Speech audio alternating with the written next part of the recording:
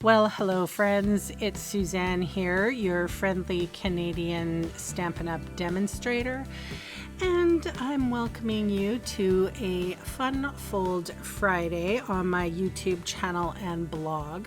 For today's project, I am featuring the Scenic Pumpkin Patch Stamp Set. I have a piece of basic white here that is sized 3 3/8 wide, 6 3/8 long. I am inking up my fence post here with pecan pie, and I am daubing on some early espresso ink to create darker and shadier bits. This is a really good way of easily adding 2 or 3 colors to a stamp that would otherwise be very flat and very plain. So I am measuring out the 6 3/4. I'm finding that 3 3/8 middle, and I am stamping down. Now I chose to go over the edge of the page and then do a second stamping just because I wanted to make sure that all of my lovely shading is worth it. And as you can see here, I have first of all, a non-porous surface that I'm stamping on. I just don't like to get my desk all icky. People have asked me before what this is. It is just what did we call it? The Stampin' Pierce mat. And I actually just glued a square of my very old and beloved craft sheet that I got from one of the local shops here in town. It is I think it's kind of nylon. Anyway, doesn't matter. I've glued it to my Stampin' Pierce mat, and it's just a very easy way I can stamp over. I'm not getting ink on my desk, and yeah, I quite like it. And it's on the Pierce mat, so I get a nice clean impression with these photopolymer stamps. Sometimes if you're on a hard surface, you don't get that great of a stamp. So I am coming in with a little, I'm worried about my fingers being dirty. So I have my fingers, I'm holding on to a Post-it note so that I don't get my project all icky. So I went in there with my blending brush and I added some blue to the top. We'll add some more in a minute.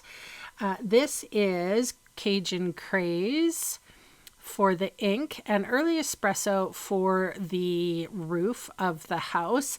And I didn't quite get these particularly lined up great, and that's okay, because I don't know if you're like me, I have full set syndrome.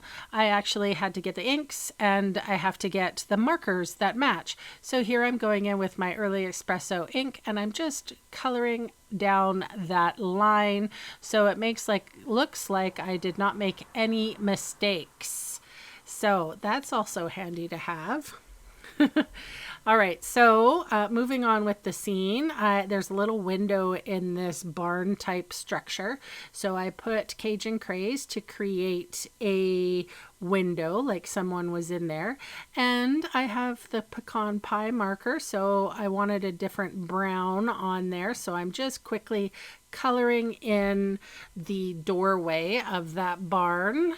And then we'll come in and decorate that a little bit later. I'm going to make some pebbles and stuff. But I have my handy dandy ruler out here, and I don't know about you, but sometimes when I'm stamping multiple things, like say a fence post, I need to have just a basic line to follow. So this is Smoky Slate, and I am inking up the little image of the fence, and I'm stamping down. I do about 4 stamps, and then I need to add in some trees. And so I stopped with the fence post. I came up with the pecan pie. I'm trying to stick with, some just basic colors here. I have wiped on this old olive on the bottom of these branches. So it's more like the lawn, really. And I'm going to stamp that right in front of our fence posts. And then I will eventually cover the rest of that area with fence post. But I'm going to add a second tree here. Again, inking up with pecan pie, daubing on a different color with old olive. And as I said, This is going to, well, this is one of my favorite techniques, adds different colors to things. So I can do one stamping and it's not gonna be a boring color or scene that I'm creating. So I just have a little piece of scrap white paper here, and I'm kind of trying to avoid overstamping the trees and give an impression that the fence goes all the way along. When you are creating a scene like this, it doesn't have to be perfect. So I'm glad for that, because mine is not. All right, so here we are with the treetops.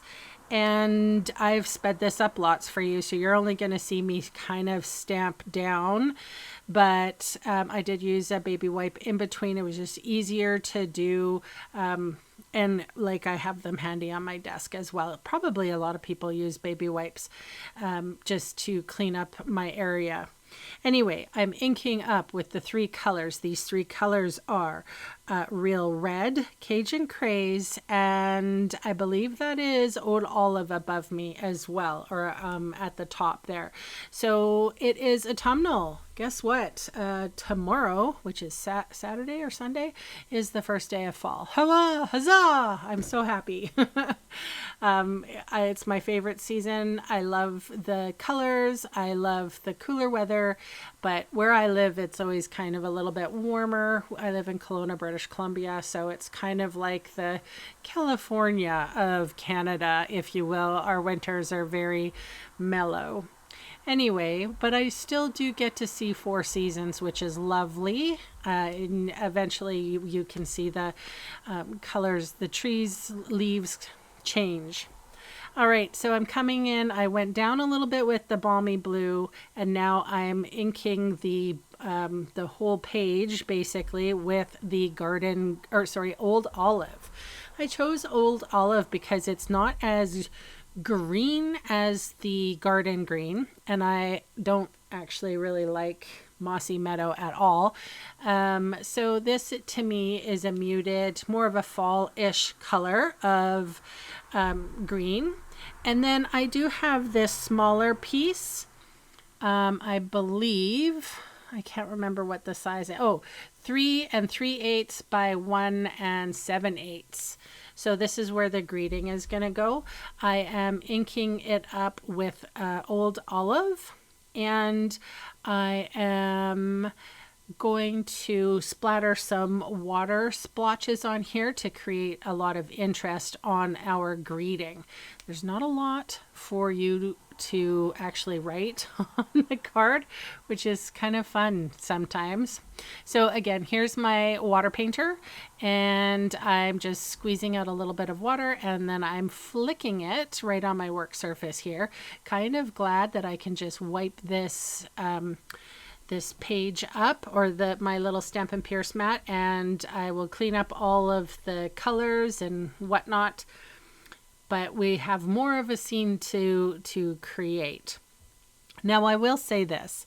I think this is called, this particular fun fold, I believe it's called a cascading scene fun fold, but I will leave the description, I will leave a link to my blog post and where it features this particular card, and you can just quickly download the PDF that I wrote up for this. It just has sizes, there's no directions, but it does help when you know sizes of things and how things are going.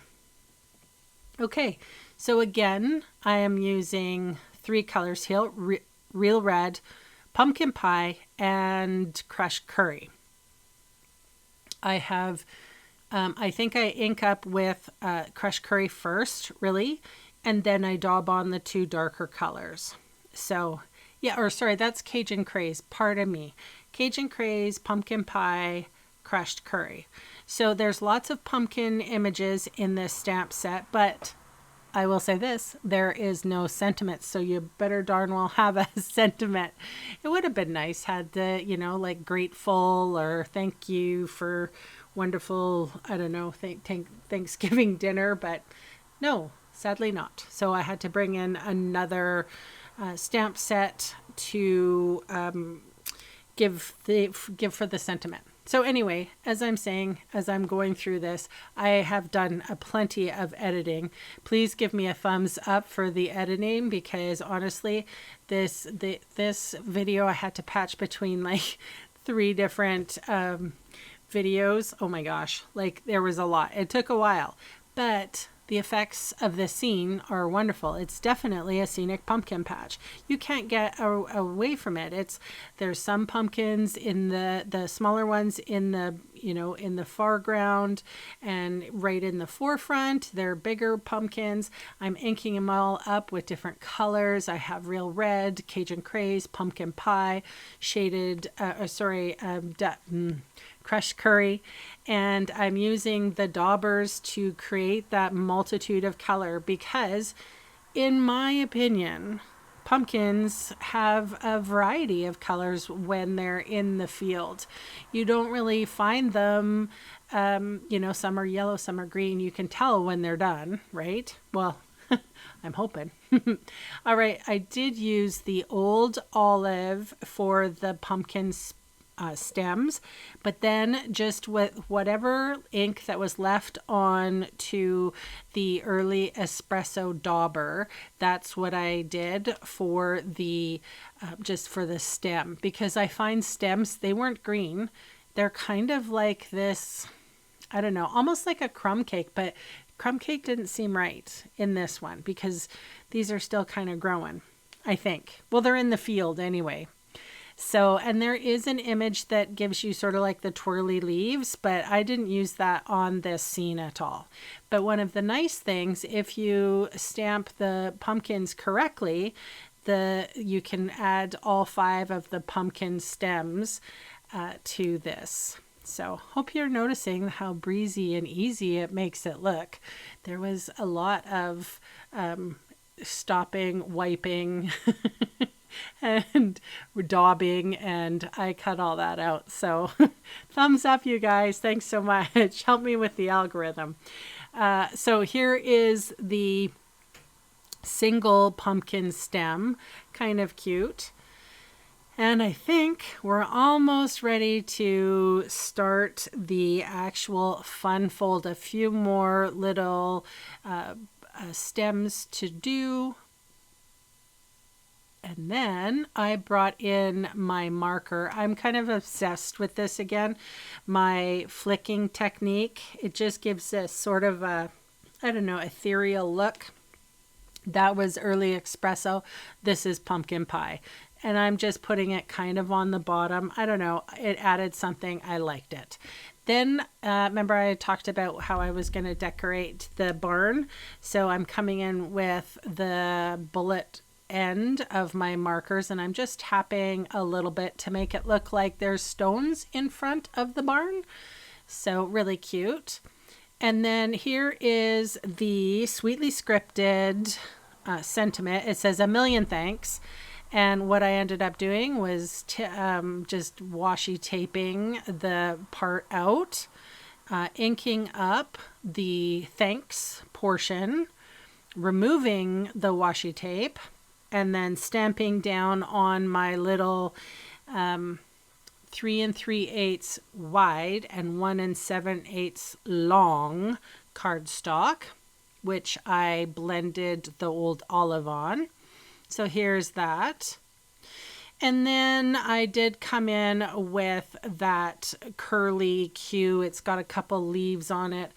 And I kind of inked up just what was left over. I closed all my ink pads at this point, and I just sort of daubed on some color. Because, you know, that's the thing of this whole scene. I wanted to create, you know, a multitude of colors. That is what I'm sharing with you today. I hope you gravitated towards it. Use it next time when you're doing something. Have some fun. All right, so I cut this down at 3 3/8 of an inch. So that makes 2 pieces of 3 3/8 by 3 3/8 cardstock. So I just found it easier to create the scene in one whole and then I will adhere.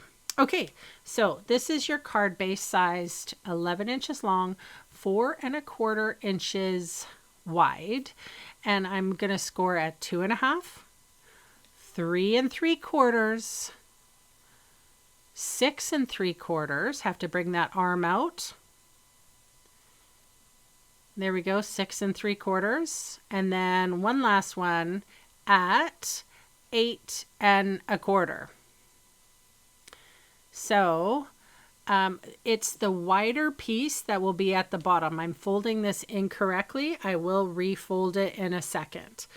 But it does kind of look like that. It's a cascading fold, and it just the way I ended up, adhering my little bottom piece. I'm sure, you know what, it would work either way. But so I have a little piece of, let's see, this is a matted cardstock.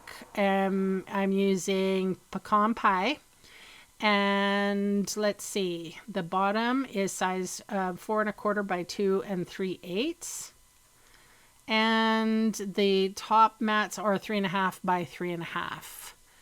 I think I screwed up on the measurements here, so just make it work. Yeah, I think I did. And I don't have the card here, so I can't measure it. I don't know what I did with it. Anyway, I think this was supposed to be longer, like 4 1/8 by, I don't know, 2 3/8 or something like that. So anyway, whatever you want to stick on the bottom there, it doesn't really matter. These pieces, I know, with the pecan pie mat is 3.5 by 3.5, and they house the picture that is 3 3/8 by 3 3/8. So I'm just adhering on the top portion of this card, and you can see I want to get borders all around, and I will show you how this little cascading image looks. So there it is. That's how it goes together.